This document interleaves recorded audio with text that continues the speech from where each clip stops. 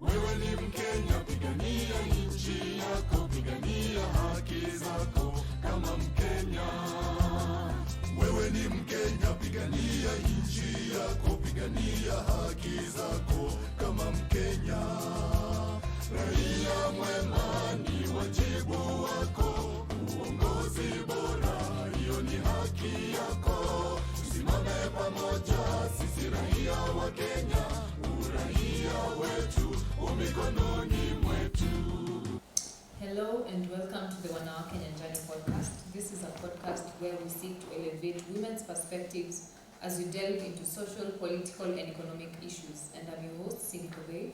Wanawake Nyanjani means women on the ground, Wanawake kwa ground. And we have one woman who's on the ground. Her name is Miss Esther Okenyuri. Welcome, Esther. Thank you.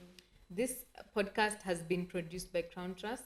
Crown Trust is a non-profit organization established with the aim of impacting lives and transforming communities by promoting citizens' awareness of their rights and responsibilities and working them towards eliminating gender-based discrimination in the social, political, and economic spheres.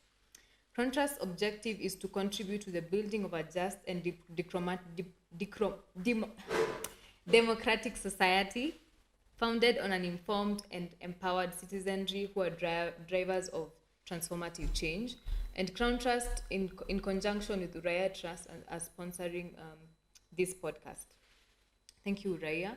Uraia is a not-for-profit organization, national civic education program, working to provide Kenyan citizens with quality, gender-responsive civic education about their constitutional rights and responsibilities so that we can all protect and promote our democracy. In this episode, we want to hear the voices of young people in politics, young leaders, young women leaders in politics, in an effort to give a voice to the sentiments of young politicians. And we have invited Esther Okenyuri for that matter. Esther Okenyuri, welcome. Thank you very much. Kindly introduce yourself. My name is Esther Okenyuri, just as you pronounced it correctly so. A young woman in politics. I come from South Nyanza, that's Kisii, Bomachoge Borabu constituency, in a small ward called Bokimonge, a village called Kenyenya, one whose coordinates I doubt you would locate. So I'm happy to be on this platform today. That's briefly who Esther is. Oh, yeah. Esther, so I learned that you're a nominated member of the county assembly in Kisii County. Is that correct? Not really. Currently I've been working with the office of the deputy president as a political appointee, and then currently I'm slotted in as a potential nominee for the Senate under the United Democratic Alliance Party. Okay. And we are looking forward to getting more elected senators so that we can fill in the gap, because you really understand in our society currently, we have few women who are elected in those positions, so we have to come in and fill in that gap. Okay. Yes. So take us the gap. You're filling the gap of women leadership. Yes. First, why I actually got myself into this field. Growing up, I was always interested in taking charge and giving direction, but really I didn't know whether this path was leading me to politics. Okay. When I went to campus, I was a prefect all along. When I went to campus, then I learned all the student politics. Oh. So in my school of science, I got a backing and all the other young people who I associated with, so I ran for position of vice president in the students' union. Then we didn't have this, the Duale bill hadn't been introduced, so it was a one woman, one man vote. Oh, so what is the Duale bill? The Duale bill is what we are seeing now. Student leaders are chosen by delegates. It's a delegate system, whereby from your different schools, you select a few people who are the delegates who are going to now choose whoever they want as their president. Okay. But ours was universal suffrage, whereby you're having all the students voting, casting their one vote for you, and the winner is declared. Partly, I think that was a good system, but people would argue differently. It was a good system because when you look at most of the student leaders then are now in active politics. Yeah, like Babu Owino. Yes. But the current, I served the same year as him, but now he's in a different institution. Okay. So currently, when you look at the current crop, we have very few of them advancing to national platforms politically. Partly because I think it's not influenced by majority. It's just a section of people who decide this is who we are going to have. So it's not an inclusive decision. I feel like, because in as much as they say these delegates represent the wishes of majority, I tend to disagree, because giving majority their way and having them express their view means all these people coming to cast their vote and select whoever they want, just like what IBC does out here by being the referee. But you see now in institutions, since that system came, it's really changed a lot on giving majority express their way through, election. Because now it's a small election, but of delegates. Of delegates. Yeah. So I think that one has somehow affected. You know why that bill came is because during that time we had a lot of, there were strikes, and people felt like maybe the campaigns that happen in university are the ones that are bringing up to the strikes that are causing now students go on rampage, destroying property. It was one way of curbing. But politically, it's negatively affected. Because you can see very few of them in national platforms. So I started off as a student leader.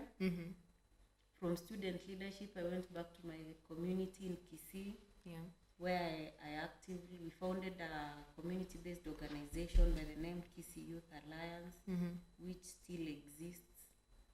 Then in Kisii, I was still elected as chairperson of that organization. So clearly you can, I think the people believed in me, and I always believe the people are supreme. Yeah. So we engaged in community activities that were majorly based on supporting needy persons and interest groups in the community. As a result, I got to network with the leadership in that county, that's the governor, the members of parliament. And remember, from my village, I was an active grassroots mobilizer as a young person. So my member of parliament would involve me in his campaigns. So that way, I was able to build a network from campus to society, and now I'm on a national platform. Yeah, which is great. Yeah, it's not easy, but once you're determined, I'm a very resilient person. I do not give up. I always believe I want to be somewhere. And I said that for 15 years I want to do active politics. I've done 6. So 9 more to go. Yeah, 9 more to go. And in the last 5, I want to serve in an elective position. So you have served as a nominated position for the past 6 in years? 2017, I was among the presidential campaign team members that President Uhuru named, like a young person. Okay. So then I was to be nominated to the County Assembly of Kisii, as I told you, because of the developments that we had then, and I'm in remote areas there. I didn't know what was going on in Nairobi. So someone would quickly just change my name because of that issue I'm telling you. So you have to be there. Yeah, you have to keep you can't checking. Be nominated when you're at home, the grassroots, in the village. My name was on the list, but you see, because of you have to be keen so that your name is not changed. People who want to maybe give money, So in the last minute, if you're not close to the headquarters, anything would happen. So I'm a victim of that. So because I was in the remote area in Kenya there, I didn't know what was happening in Nairobi. So the first list that was published in the newspaper, of course I was featuring. In the next one, I wasn't. So the next list that was coming was actually the Gazette notice that is now declaring the nominated members of county assembly. So I went to court. I think I shouldn't say that, but I think I didn't find justice and I gave up in the process because I went to the lower court, high court, court of appeal in Kisumu. I thought I'm wasting my money. I gave up. Yeah, because it's also time consuming. It's also time consuming. You have to pay lawyers. Guys have gotten back to work. No one really even remembers whether you exist. Now people are starting. We have a new government. People are running their lives as normal. You see how difficult it is then for a young person. Yeah, it's very difficult for a young woman, especially. Oh, it's very difficult because sometimes you approach now the men who are meant to, because Kisii is largely patriarchal. Okay. So it's the men anyway whom you can approach. Yeah, because we also noted that in Kisii there are only 3 MPs, and the other seats there's no governor, there's no senator, just 3 MPs, and a number of MCAs. Women. Yeah, women. Or now the women rep, the woman rep. Apart from the women rep now. There is, like in my county, we have one woman MCA in a ward, in a constituency called Bomachoge Church. And I think she got it because there were so many men within her clan. So she just went through, like people didn't expect it. Okay. And the last time we made an attempt to elect one, there was a by-election in Bonchari, where the UDA party fielded a woman candidate. Okay. She was a spouse to the late MP. But still, guys were not able to vote her. So you see how highly patriarchal we are. And she was a native Kisii lady who puts a headscarf and speaks in our local language, stays at home, people know her. Yeah, but they still don't vote her. So you can imagine, luckily then, after I missed out, then one time, now the deputy president currently was the deputy party leader in Jubilee.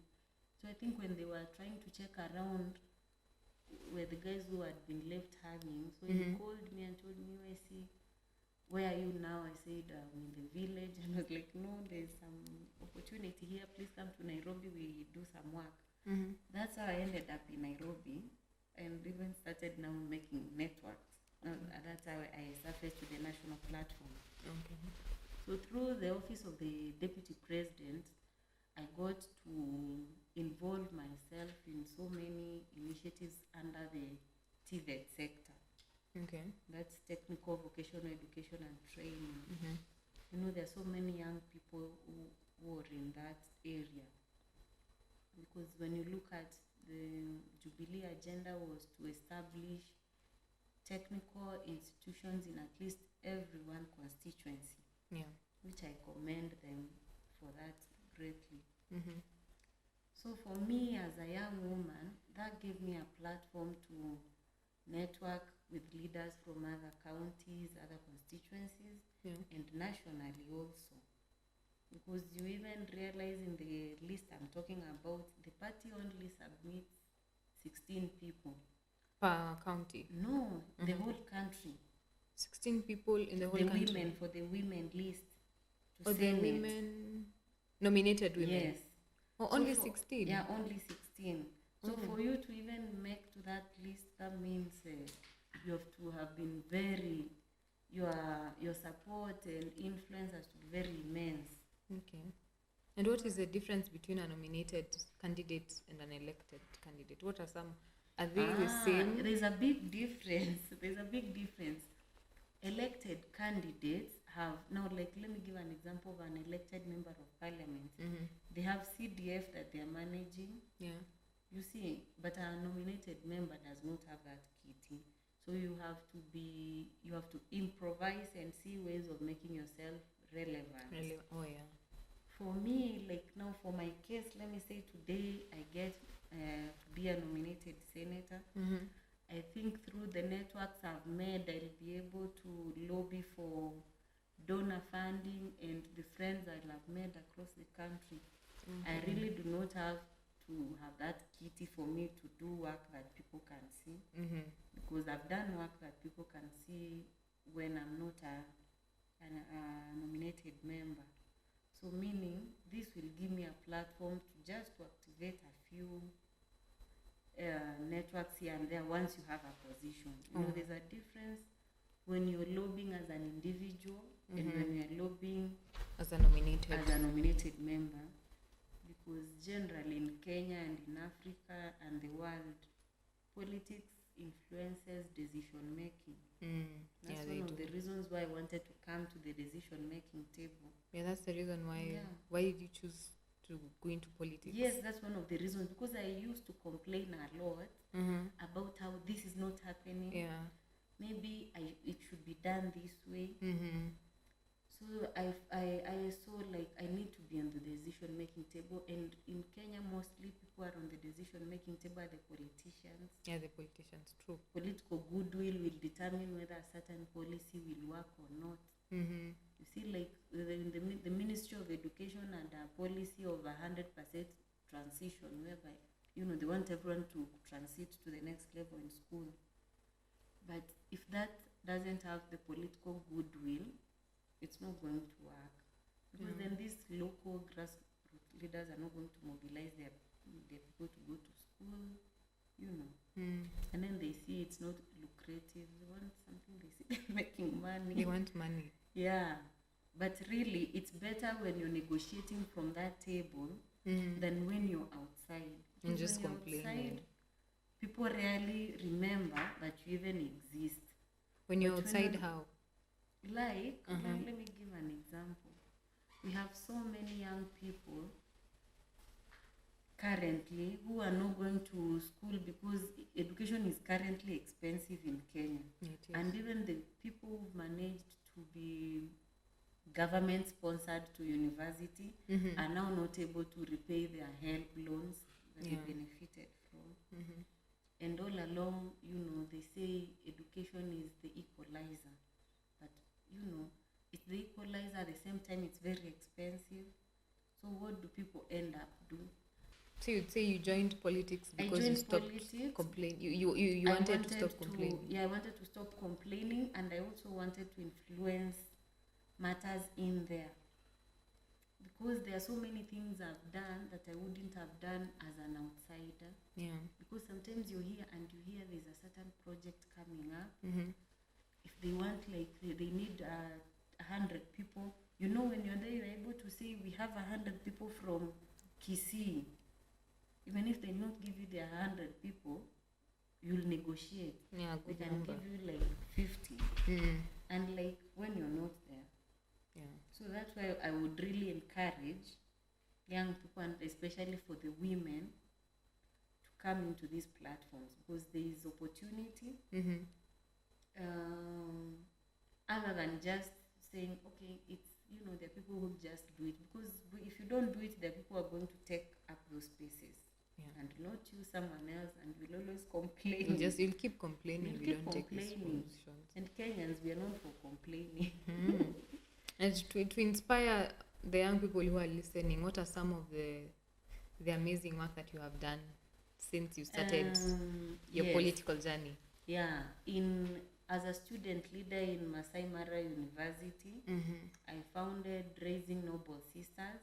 Okay. It's a platform that was aimed at giving a fair playground, especially for the young women, to participate. Because by the time we were joining, Masai Mara then was called Narok University College.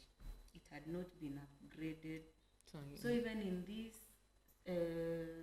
student leadership positions, many women would not participate, because there were two positions which were slotted for women. That was catering, and there was the other one I couldn't remember. Those ones were for ladies.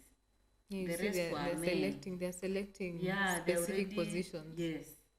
So when I came and decided, I became the first female university vice president of the union. So when I came in, I said, because I've done this, what I should do is have a platform that is going to encourage most of them go for these male-dominated positions. And I'm happy that after I left, they've consequently elected women. Ladies, not just as vice president, but even in finance position. Which is normally seen the only one that they haven't, because that's an executive seat. The only one they haven't made is the presidential one. But I look forward that maybe as people, become more open-minded, they'll be able to embrace women leadership. And before I forget, what has actually made me succeed to where I am now, I do not take this as a war against men. In fact, most of my support base is men. Oh wow. Yeah, they're the ones who normally join, and then the women join in later.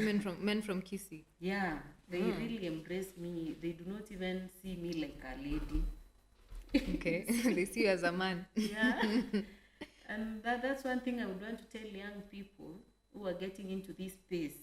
We have this tendency of, okay, I want to get into politics. We are fighting these men. They're the ones who dominated. That's a very wrong notion. Yeah, it is. You need to have men as your champions, because they're the ones in most of these spaces. Once they buy your idea, it's very easy to sell it. Yeah. You see, that's one thing people need to borrow. Another thing I would advise the young people is patience. Most of us want to just rise and you're there the next minute. Yeah, they just want quick money. Oh, it doesn't happen, especially in politics. In politics, loyalty really matters. Your loyalty in terms of... Politically, loyalty matters, because today you can't be in this camp. The other time you're singing another tune. You have to be consistent. And how is the reception of young leaders? At first, being a young person is very exciting. At first, people want to see, what does AC have to offer? Yeah. Like me, I'm petite in size. So it works for, sometimes against. So they prefer... Sometimes now when someone sees me at first, they will not even regard me. They're like, who the hell is this? Oh, because you're small. Yeah, because they think, because of my size. Yeah. First, someone will even ignore you and think, anyway, who are you? Then when you speak, they're like, oh, okay, this is what she has to say. And the next time now, when they see like now you're making it, they want to associate with you and say, oh, we know Esther.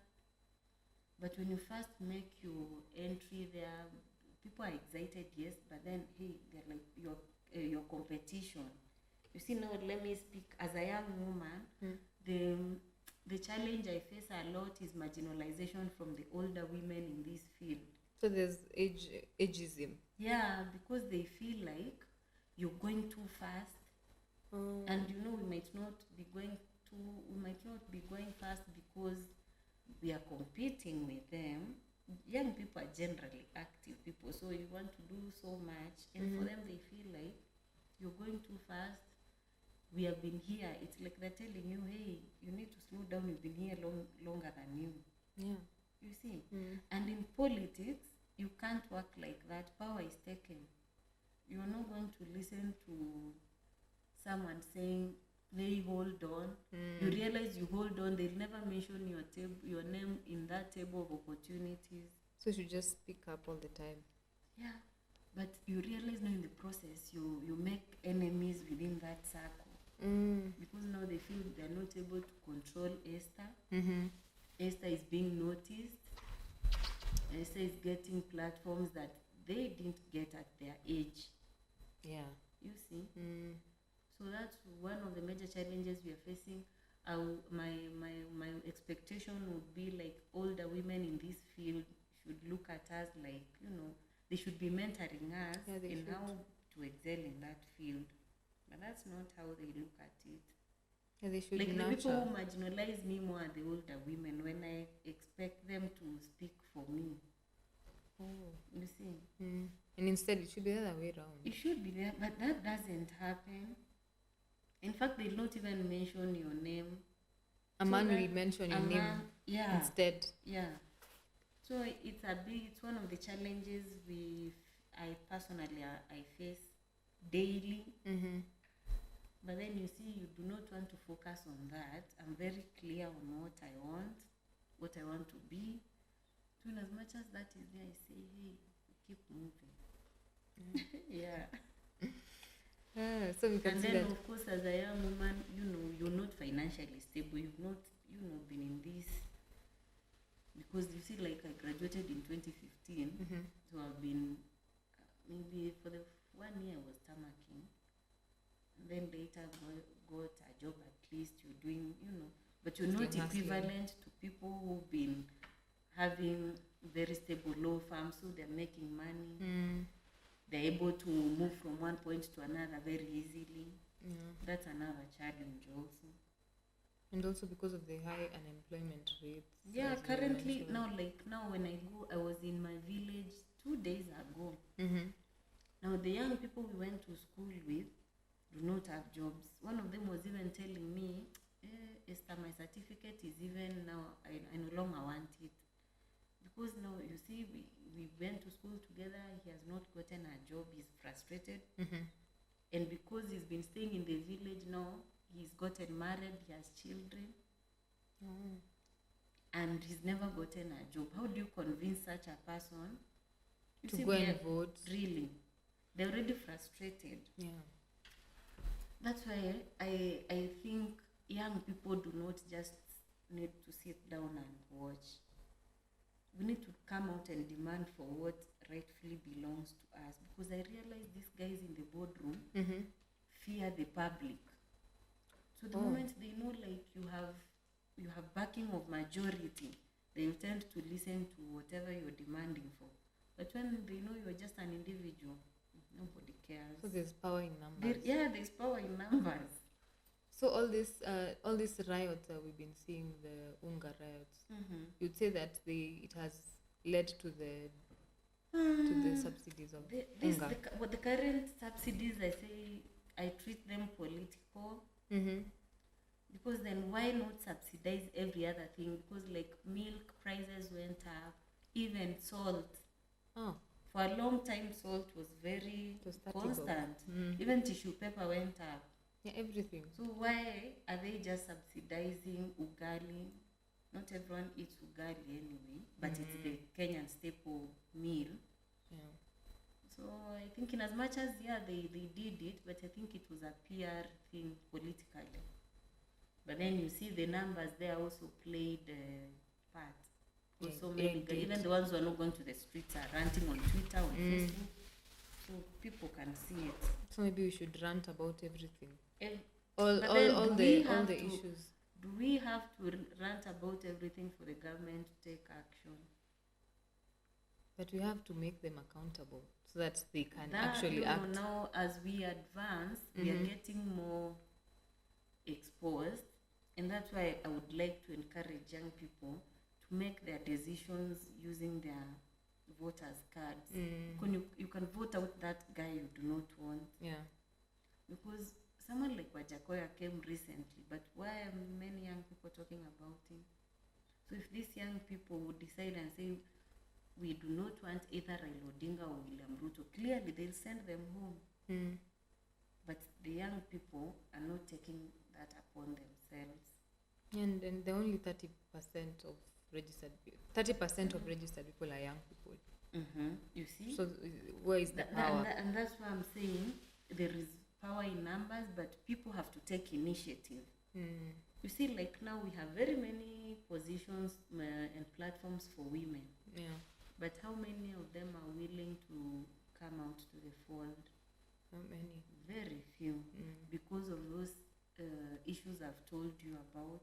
Yeah. Like from Kisii, where I come from, the moment you're in this platform, people think first you're not even going to get married, or if you're married, you're going to leave your husband.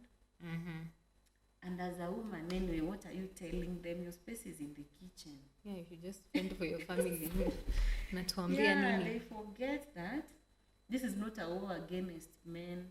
Actually, you realize where we have many women in decision-making places, better decisions, better policy, So we tend to supplement what the men are doing. We are not up against bringing them down. We are a world where women rule. Want equality. Yeah. For everyone. So you mentioned money. money and campaigning. So how big is the money factor when it comes to campaigns, especially during this campaign period? I would say, like this campaign, now money is a big factor, but first it's the people. Do you have the people? I normally say in this country there are three categories of people who win elections. The ones with money, one. The ones with a personality, now they have numbers. And they are the ones who just follow, they invest a lot in having to brand themselves, they work building blocks really to get elected. So if you don't fall in those three categories of either you have the money, you have the people, or you're a dynasty, your parents are known somewhere, in that you don't need introduction. You see, currently in some of the places I go, I have to say, oh, I'm Esther. But if maybe I was from a notable family, I do not even have to say my name. They know you. They know you. So you already have front runner status. So now that's where the money comes in. You see, and such people have a money advantage than the person who just has relying on the people. But you need money maybe to print your posters. To transport your voters to the polling station, because you might be campaigning the whole time and those people don't go to the polling station to vote. And why don't they go? Because there's apathy. People feel like we've been voting and nothing happens. So you will campaign but they'll not go. So you have to make a point of ensuring these people on that day get up and go vote. Otherwise you'll be very popular, but on the voting someone else beats you. Yeah, that's what happens. So money is a very huge factor. Even just to fuel your vehicles, even to move from one point to another, you need money. But you see, for the women, you have a family, you have the politics. You see, you end up using your money, and some people will run mad after elections.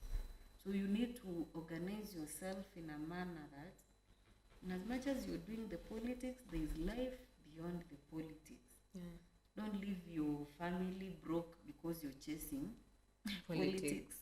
When this is said and done, you have to go back home and you have a family. At least those ones will be there for you when these other guys are not picking your calls. So you'd say that most women are not taking these seats because they don't have money to finance their campaigns. Yes.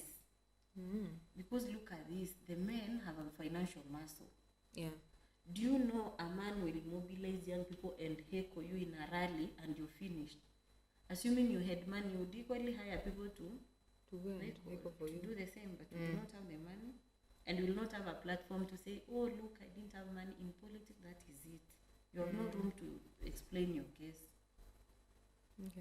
So that's why if the women take this elective politics as not being a war against men, these men can back you up to even counter the other opponent who is using the same people, because it's the same people are being used. So the IBC has a mandate to regulate the political scene to fair campaigns and elections. And do you feel like IBC is exercising its mandate? I would say, okay, there's a huge improvement on certain areas, but they're human anyway. That commission is made up of human beings who are seconded there by different people, different interests.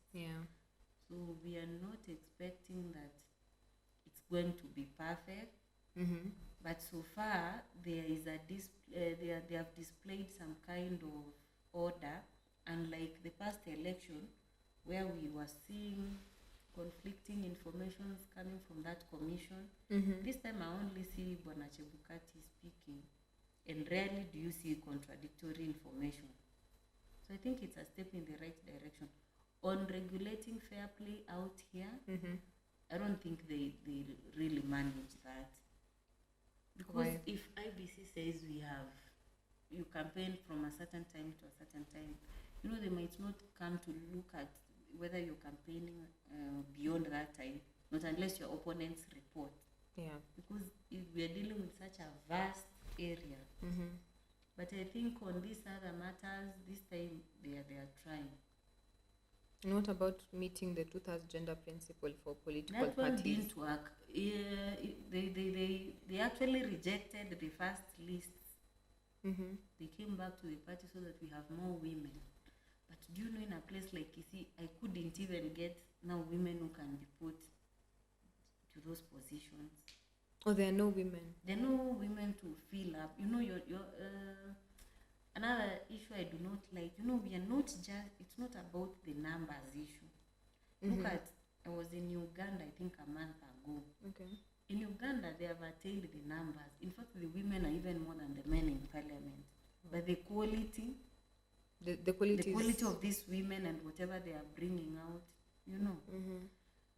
So in as much as we are really pushing to have the women in those houses, it shouldn't be a conversation just about the numbers, but about the about value. the value we want to attain. Yeah. But as it is now, we've not been able to attain, and it will take a long process. You remember even before Maraga exited, he actually gave what was that he said Parliament should be dissolved because it didn't meet. Yeah. And The we truth see as that gender. thing didn't work. Even this time, IBC tried to say, oh, you political parties have not met the two-third gender rule. The lists came back. But people went to court, and there is now a stay order. So that is not very. It's gonna take a while before we get to that point. But I really look forward. We can get to a point where we get these numbers through election, other than nomination. You know, also being nominated, people think you're waiting for free things. True. But okay, nomination will also give you a platform as you build up on running. Yeah, because most of the nominated are now vying for seats. Yeah, most of actually people are political and have a plan. The moment you get nominated once, the next election you should be able to run and win a seat. True. You see, that's one of the affirmative, ways of bringing up women to compete, with the men.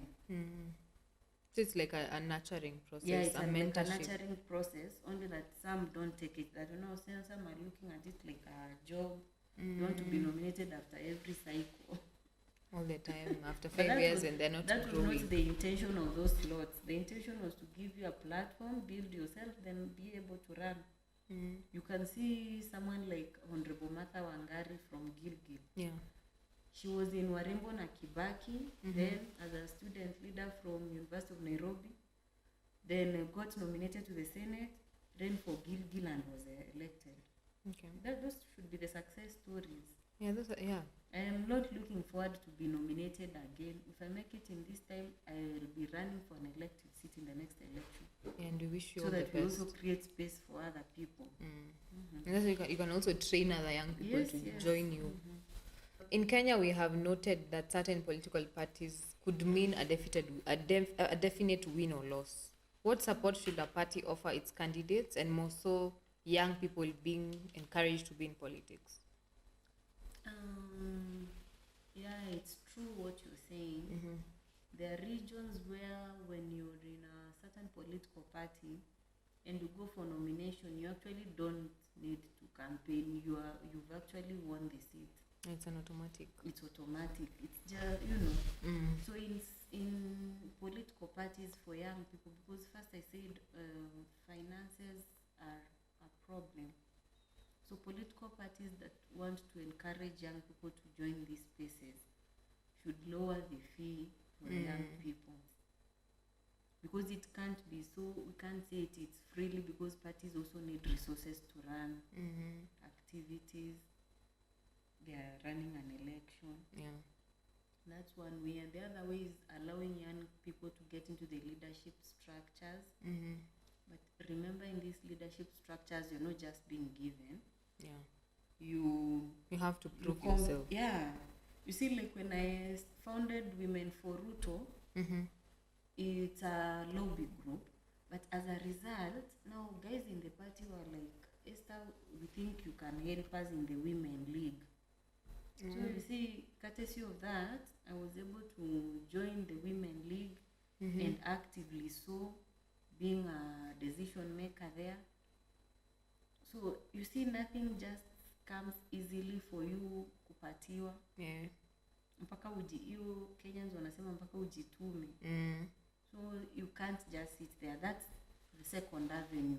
Because once you rise in the levels of the party ranks, as you work there, people keep knowing you. You're marketing yourself. Yeah. For someone who wants to go into elective politics, that's a very good platform. And even for the ones who want mainstream service, that's in government, if your presidential candidate is going to poach people who are very active on those spaces. So if you're doing, this is another thing young people should note, take credit of your work. Don't be doing work behind the boardrooms and you do not want people to know what you're capable of doing. You should let people do know. your work, publicize it on social platforms. This election is actually largely on social media. True. So ensure you're posting on your social media pages, Facebook, Twitter, Instagram, in that people can't ignore you. Even when the party tries to kukuosha, the public will rise to your support. You see? Yeah. So that's parties should first make it the cost a bit lower for young people to be able to raise money and participate. Is the other one is to give the young people space to participate in those party positions. Yeah. And you don't just get given, you go for them. You go and demand and for them. demand for them. Humbly demanding that is, you also, these parties are not owned by, and as much as we say, their parties are made up of people, it's people who make a party, but there are people who are key. So as much as you're demanding, just ensure you're demanding in the right way and you're not upsetting people so that they see like you do not fit to be in this space. Yeah. And I hope all political parties are listening to the demands of young people presented by Esther. And in this era of digitization, there are unverified news and they are being shared all over social media. And it's a key contributing factor to conflict, especially since we're almost to the elections. How are you informing fellow young people and how to curb this misinformation, to verify and to curb? First thing, the unverified information is actually affecting the women candidates more. Because if today someone does Photoshop of you with a man, you're finished. You have no comeback. For a man, he'll always have a comeback. They are caught every day, but they move on and they become more popular after that. But for a woman, it will take you some time. So unverified news is affecting majorly women and young people for that case, because women are emotional. Young people too, because they are at an age where they are doing so many things, too many expectations. So we are the ones who are affected mostly.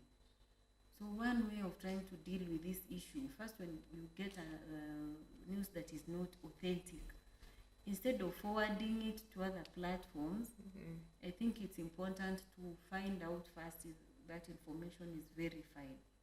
Because as Kenyans, it's our nature, we're very quick to forward. Information ikitoka tu hivi, Share to all. inbox, kila mahali, kwa WhatsApp groups. Do you know, unaweza kuta even a friend of yours has forwarded, only for them to realize, oh, this thing was not real. Then you're like, why didn't you even find out before sharing? That's one way of curbing. And I think the other one, regulations might not help, because you realize in Kenya, when you put regulations, people want to do that and break those regulations. But I think it should be in our, as it should start from the society. We need to raise people who know the importance of sticking to what straight things are. Then I will not be quick, because if I'm a very honest person, I'm a very straightforward person, I'm a very keen person, I'll not be quick to share any other thing I get. So I think it has to do with the moral fabric of our society. Regulations, yeah, will be in place, but I think there is a time that guy called was a researcher who exposed some members of parliament, female. Then we had then the communications authority saying they are coming up with certain regulations. But you see, still that doesn't stop people from posting Photoshop about you. Yeah. That's what I'm saying. It's largely about the moral, fabric of our society and how people have been brought up. So that is not going to take a day. It's going to take some time. To take a process. Yeah. And that's why young people should ensure that they verify any information before that is being sharing. circulated. Because, and currently it's very rampant because someone will just write so and so has stepped down. Do you know, before you even confirm, so many people have believed it. It's like the other time when actually Kenyans killed the late President Moi before he had even died. Yeah. Eventually Such he like died, things. but you see, initially there was so much information, And which people is- even believed this information. and it is injurious to families and any other people involved. Yeah. Yeah. So young people face a lot of challenges when they are taking these political positions. What do you think youth leaders, what do you think sets apart youth leaders from veteran political leaders?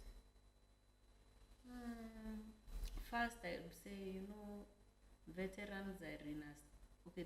They came, they saw, they conquered. Now they're in a state of. They're like, yeah, we are watching you. They're in a state of where they want to be the kingmakers and want to dominate the scene, and will not exit it for you until you organize yourself in your numbers. Yeah. And youth leaders have that opportunity because they are at the grassroots. And they interact with those young people daily. You see, if maybe we go to a certain joint with you almost daily, it's very easy for me to convince you. Yeah. Other than someone who's coming from Nairobi or a veteran coming to tell you, please vote for me. You see? So our strength should be in our numbers at the grassroots. Yeah. So the youth leaders in the various community organizations should focus on enlightening young people huko mashinani, wajue the power that is in their hands.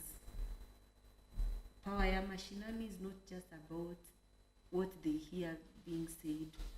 You can actually see that when in a certain ward, people decide we are voting Fulani as our MCA, and that is it. Do you know winning a seat as an MCA is more difficult than someone who's vying for a woman rep? Why? Because, like where I come from, woman rep, you need to campaign in the 9 constituencies, but then you can be in a lineup. There are lineups, so you might not have to go to all those places. People will just see a beautiful face They'll and vote they just for you. vote. But in a ward, it's the smallest unit down there. They have to have known you. Do you stay at home? Have you been assisting them? There are so many issues. Have you built a home? There's so many issues that are brought up than if I were running as a woman. The people have no time to go check, because it's a wave that just comes and, people just vote. So if at that small level people are able to make such decisions, then that's the place where we should be making our influence from. From the grassroots. From the grassroots, because there is power in numbers, and those numbers, once they demand for something or you want to do something, you will be able to do it. Because one person in a boardroom will not be able to defeat the numbers, millions of people are out there. Yeah. That's very true. So there's Very power in true. numbers. You can see for a long time Sonko was surviving on numbers. He always knew he has the people. And you can see when he And you has can numbers see in Mombasa. Even now, you can Yeah. see it. But candidates who do not have the people who are strategizing in the boardroom are even afraid of facing the electorate. Yeah. So they're the ones who are pushing the narrative of in Kenya elections are rigged. I've participated in so many by-elections, running a separate command center from IBCs, and I can tell you I don't believe that narrative. If you get your agents right, no one can rig your election. You get your agents right and you ensure your people go to vote to the polling station. That's how people win. But the narrative of Elections are this normally stolen, rigged. I don't believe it. And most political parties had agendas for youth, for young people. And a youth manifesto would be a very important tool for these political engagements post-elections and in driving ideologies for those seeking seats or the youth in electoral positions. Are you thinking about this manifesto? Are they considering whether a candidate has a youth manifesto or they're just voting? Really? And I've been quite for some time thinking about this. I was thinking, what if these youth manifestos were not being developed by political parties? But you see, it can't squarely work on its own, because the moment these manifestos are developed by political parties and a different political party ascends to power, you realize they're only going to push theirs. You see? But maybe if these youth manifestos were developed by maybe civil society groups, those ones then would take the government into account on, this is what we have, what have you done?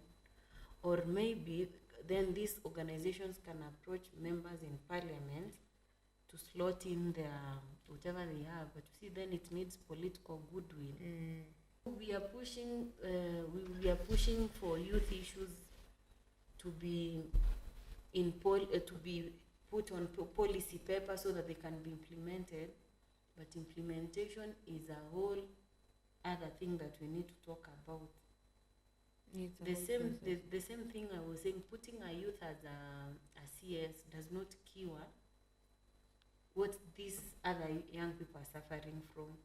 It has to be incorporated in the line ministries, maybe if it's an act of parliament that is being passed. You see, implementation. In Kenya, we are very good at coming up with papers, charters and all that. But implementation is the problem. And that's why people think, really, is no other new thing. Yeah. But I support, we need to have youth issues articulated strongly through political parties. When you look at places like South Africa, people like Julius Malema rose from ANC Youth League, where they were seriously pushing for youth issues. And now he's in his own political party, and he's given a platform to very many other young people to take up those spaces in government, in the political arena. That's what I'm looking forward to in Kenya. But in Kenya, every new election we have a different outfit. And that's why. So there's no continuity of what the previous government wanted to implement. And maybe we need to get to a point whereby political parties are not just about winning elections, vehicles to take you to parliament, but more of it's like a government on its own, in that you believe in that party's ideals, and really if I've grown through this party, if certain positions will be considered. If we push for certain issues, will be considered. You see, in places like South Africa, that ANC, the Women League, once the Women League issues a statement on a certain issue, it's such a serious thing. And like, whereby nowadays you just say, sometimes people are like, it was a kawaida too. It shouldn't be kawaida. We need to rise to a point whereby it's not usual. Yeah. And that is the role of other citizens, of us as citizens, and also civil society organizations to ensure that they are keeping the government accountable to their manifesto. And like in other countries, I see the civil organizations are very active, and they push very many other issues that the politicians would not be doing on their own. Then I think we need to develop a relationship between political parties and these organizations and the political class, so that there are issues we can agree and push as an item, so that we are not on the opposing side all the time. Because you realize when you are conflicting, you will not push any agenda. So there are certain issues we need to get to a point whereby you agree and say, this one, the civil society agrees, the political parties do agree, we push this one. Yeah, the two should work together. It to- shouldn't be like all the time it's, you're against. You tend not to realize any of your objectives. So, in your opinion, is the government building trust between youth and democratic institutions?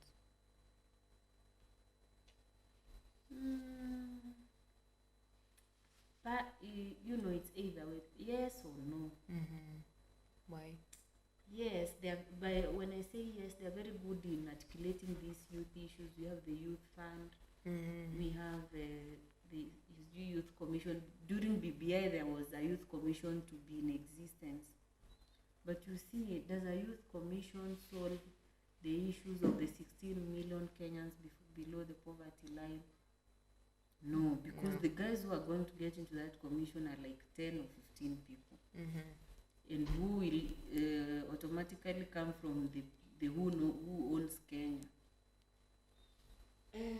That's why I say the question of whether the government is giving space to what democratic institutions are perpetuating on youth is neither here or there. But I think majorly this government,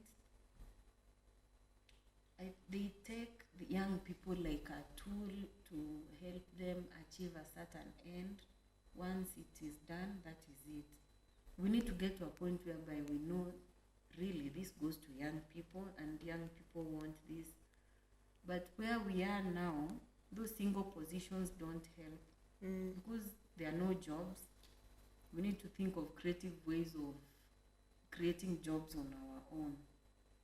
Even when we had devolution come to our lowest level there, counties are not able to generate their own revenue to support their activities. That's why sometimes you see we have a standoff because they are relying on money from the national. But really the whole essence of devolution for me was for counties which are good at certain areas, like maybe the ones who are good in agriculture, should be able to generate revenue to support some of its citizenry there. Yeah, but you're not able to do that. And for all these counties to be So independent. that's why the moment you're campaigning at it will give you jobs, I don't think that one will sell. Maybe people want to hear we need a conducive environment because guys have already sorted themselves out.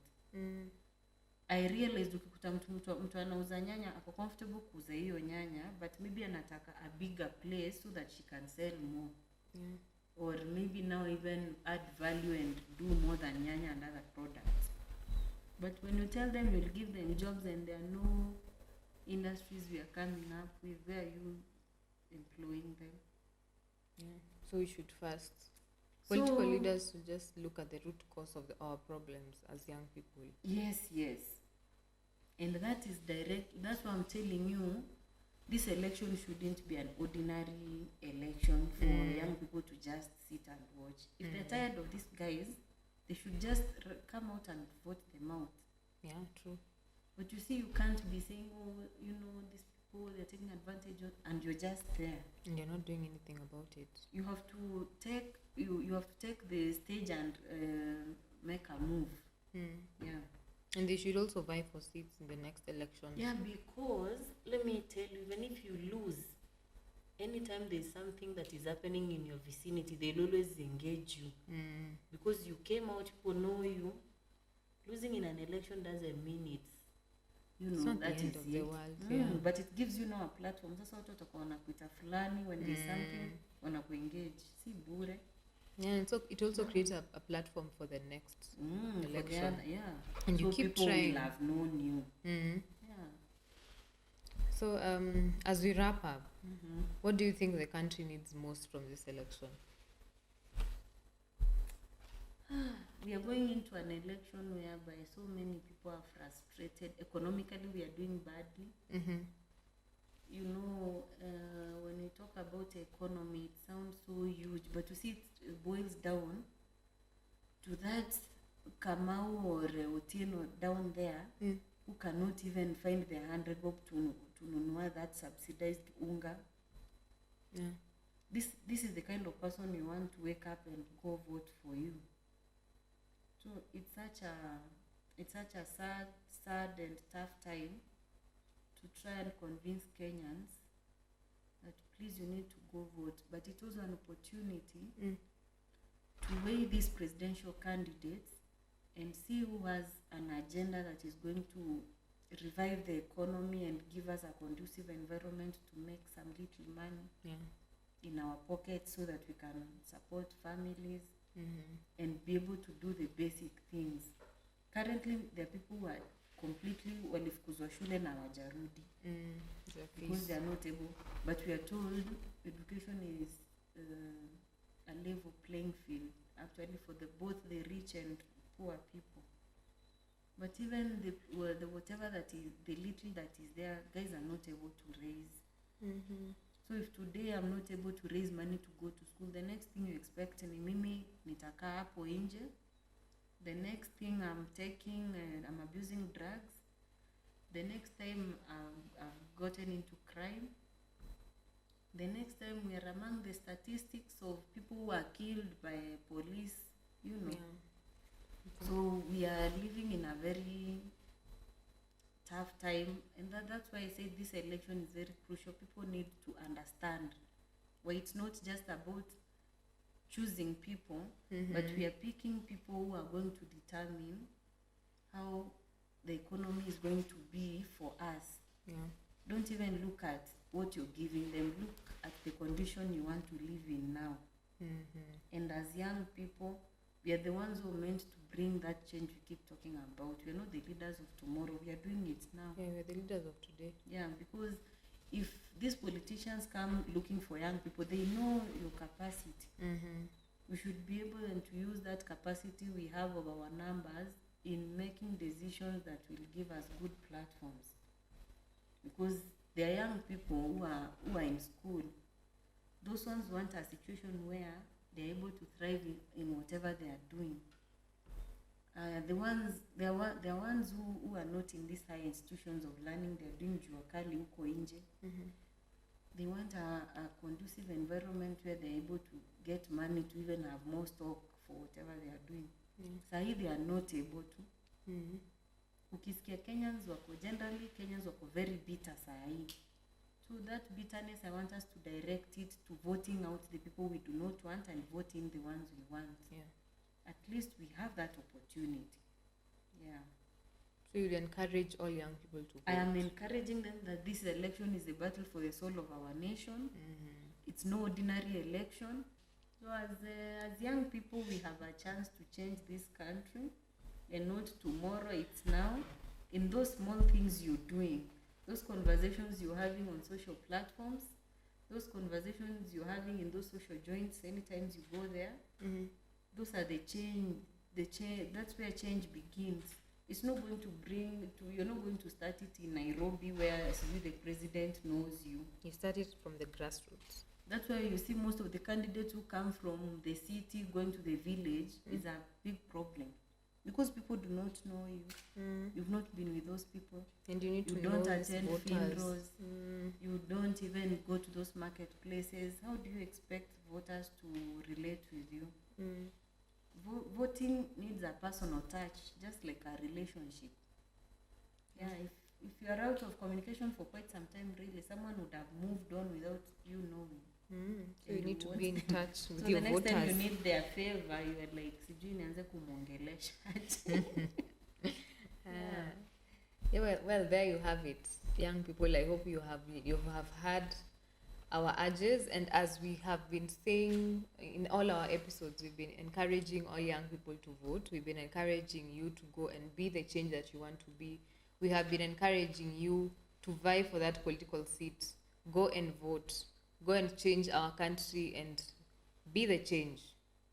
I will not tire to say, to be the change. So once again, thank you for tuning to the Wanawake Nyanjani podcast.